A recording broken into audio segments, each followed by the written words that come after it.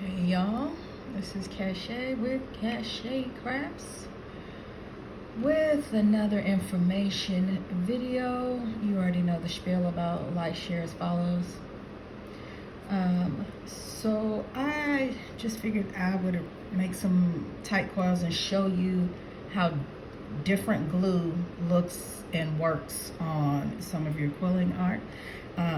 So this is, just go ahead and get started. This is Elmer's glue, and this is the basic glue you use for gluing pieces, but it's also, I coated it with Elmer's glue. So you can see there's not a whole lot of shine compared to the others. And note that glue will kind of adjust the color of your paper sometimes. So this is Elmer's, regular Elmer's glue on the tight coil, and it makes, this is a pretty light coating, but it makes it sturdy and you're not able to really shape it after it's glued. With Elmer's, Barely Art.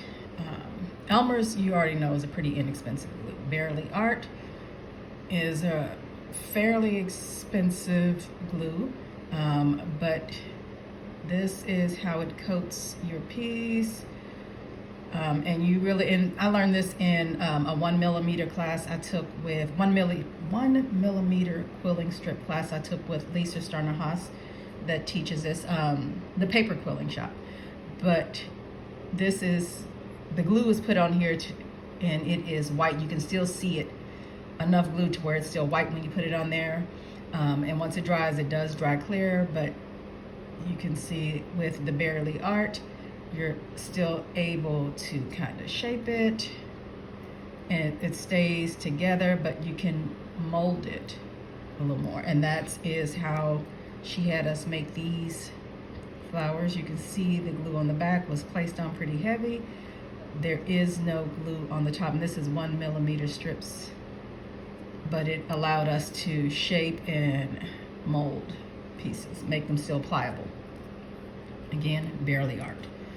Mod Podge, I have used to coat pieces, and it's blurred like that because I wrote on it in ink and then put the glue right on it, so it blurred it. But Mod Podge, you can't shape, mold, it's not pliable once it's put on there. And I've coated my pieces like, so this is a piece without any glue on it. See, it's matte. This is a piece with Mod Podge, and I actually do a Mod Podge with slight water mix, believe it or not, on paper, just to thin the Mod Podge out, but you get that shine to it.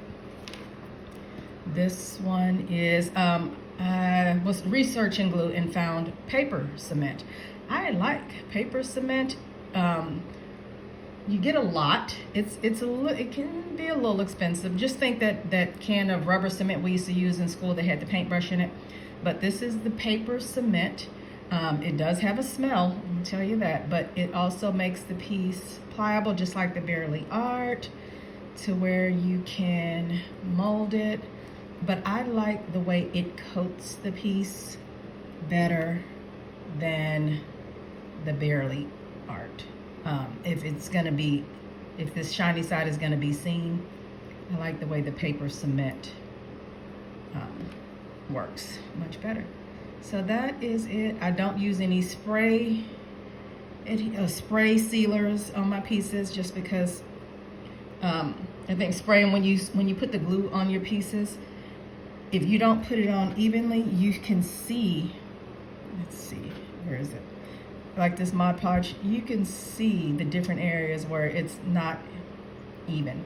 And I feel like that's what the spraying does also. If you don't spray in certain spots, and like I said, the sealers can change the color of your paper. So if you're not spraying it evenly and you miss some spots, you're gonna see it on your piece. So I just use a paintbrush and paint, oh, look at that, yeah.